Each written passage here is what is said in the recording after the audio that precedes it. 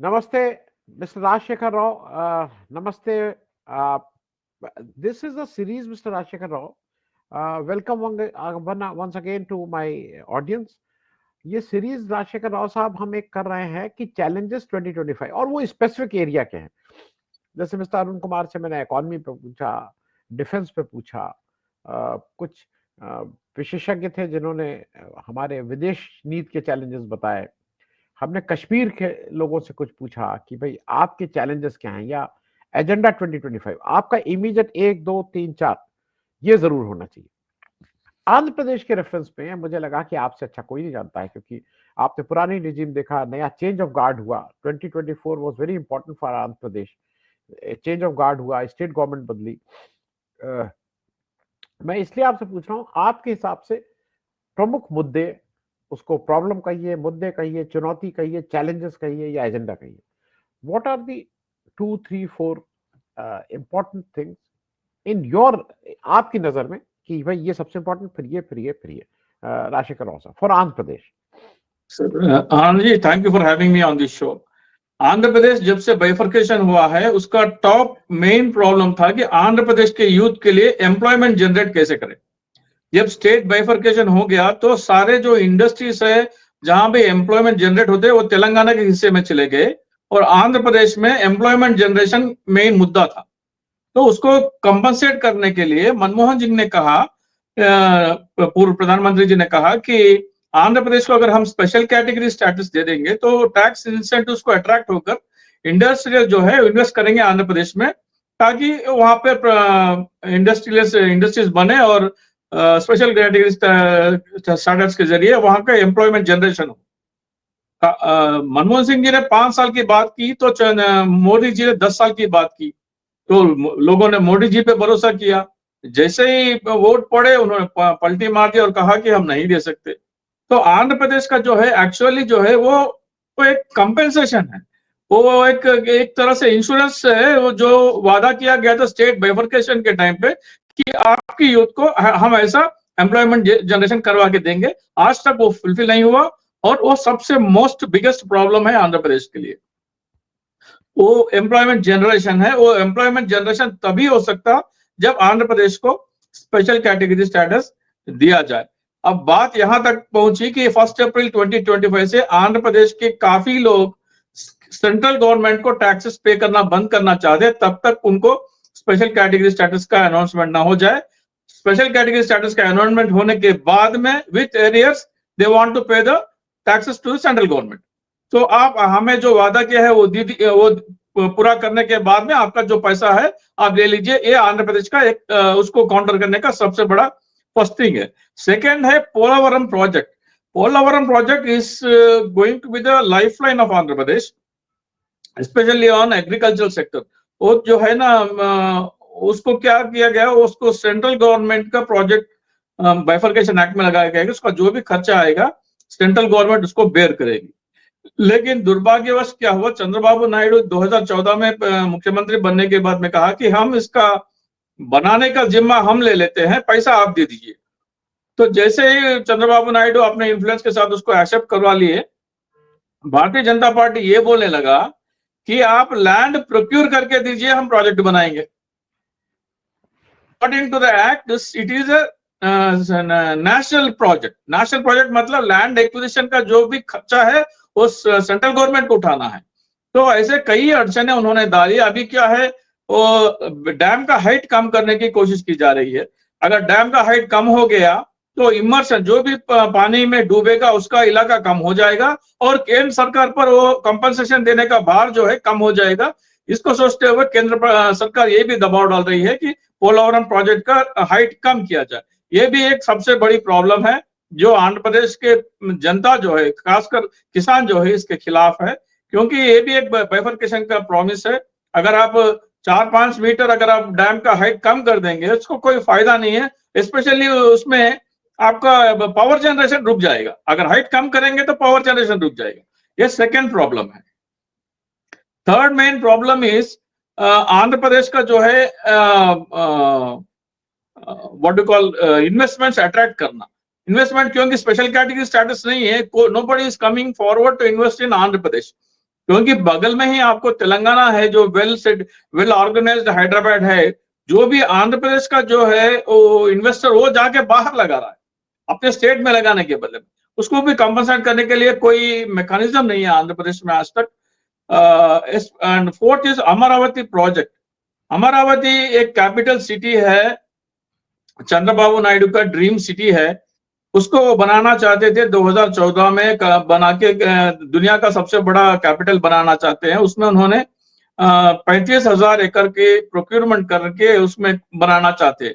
लेकिन बात यह हो गई कि जगन मोहन रेड्डी का जो है वो चाहते थे कि एडमिनिस्ट्रेशन के 3 मेन पिलर्स मतलब लेजिस्लेटिव, जुडिशरी और सेक्रेटेरिएट जो है वो अलग अलग जगह पे हो, ताकि जो स्टेट जो भी बना है उसके तीनों हिस्से में डेवलपमेंट बरकरार रहे। लेकिन चंद्रबाबू नायडू एक ही जगह कॉन्सेंट्रेट करके रखना चाहते हैं।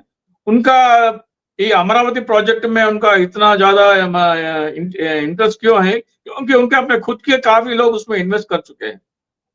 इसमें आपको एक बता दूं, यहाँ पर एक दुनिया का सबसे बड़ा स्कैम आप कह सकते हैं कि ये इसके जरिए हम आंध्र प्रदेश में हो रहा है। क्योंकि अगर आप दिल्ली लिकर स्कैम से कंपेयर करेंगे, दिल्ली लिकर स्कैम का मेन मुद्दा ये है कि आप पुराना कानून को हटा के नया कानून को लाने की वजह से सरकारी खजाने को 660 करोड़ का नुकसान है।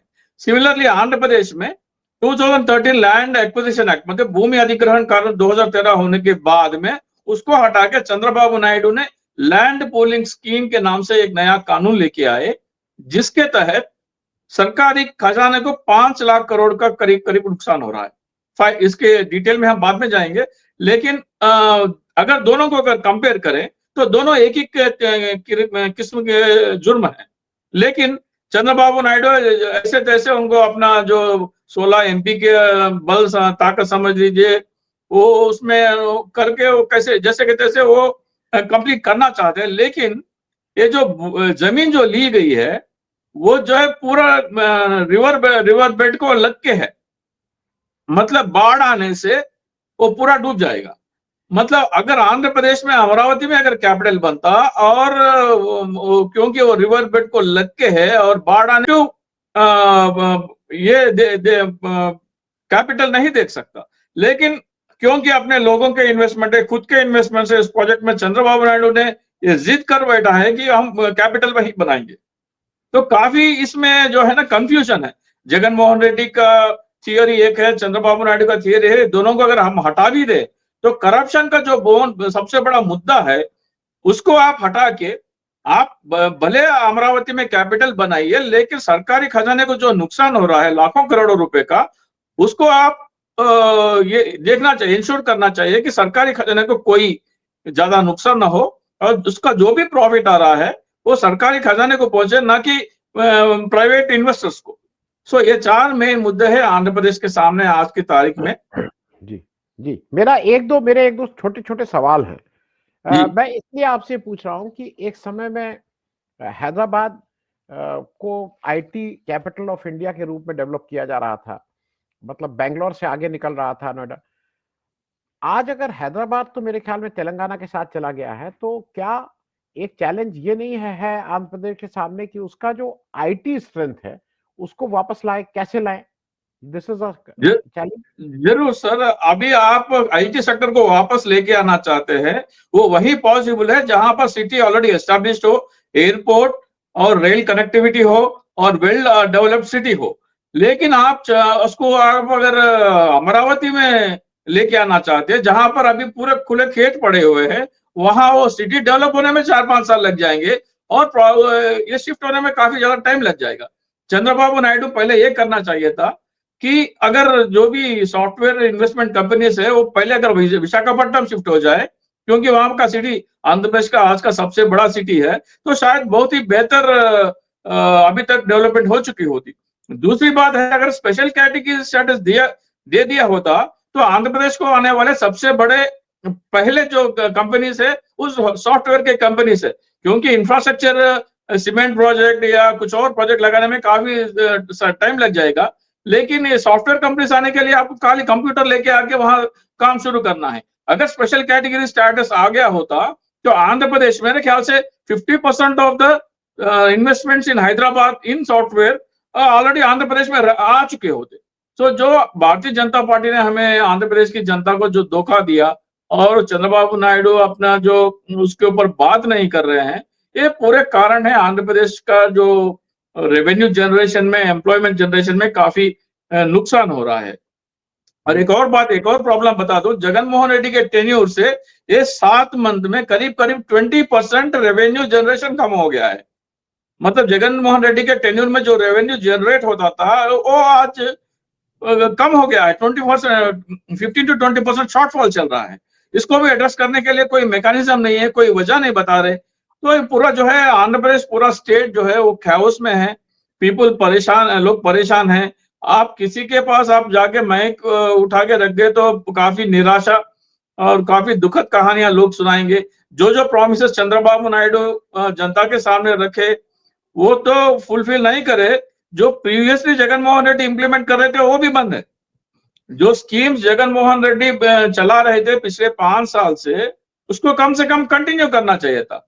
वो कंटिन्यू नहीं करे, उसे रोक दिया और इन्हें जो प्रॉमिसेस किया वो भी रोक दिए। तो ये पूरा अगर एडमिनिस्ट्रेशन देखे तो आंध्र प्रदेश की जो जनता है काफी परेशान है। उनके पास एम्प्लॉयमेंट नहीं है। सैंड की शॉर्टेज से जो है ना आंध्र प्रदेश का जो कंस्ट्रक्शन बिजनेस है उसके ऊपर काफी इफेक्ट पड़ा है। वो लोग भी अभी बेरोजगार बैठे हैं। जगन मोहन रेड्डी के ऊपर ये इल्जाम लगाते थे कि ये सैंड जो है ब्लैक में बेच रहे वो है, लेकिन नया सरकार आने के बाद में मुफ्त, मतलब जो भी लोअर और मिडिल इनकम ग्रुप को फ्री सैंड देने की जो बात हुई वो भी फुलफिल नहीं हुई। उसके ऊपर जगन मोहन रेड्डी के ऊपर जो रेट में सैंड मिलता था उससे बढ़कर 5 से 6,000 ट्रैक्टर और 10,000 एक ट्रक के ऊपर उसके ऊपर इंक्रीज हो गया। तो जो है पूरा सेक्टर, मतलब हर एग्रीकल्चर सेक्टर छोड़ के इंडस्ट्री सेक्टर हो या कंस्ट्रक्शन सेक्टर हो, हर एक पूरा ठप पड़ा है। आंध्र प्रदेश को राव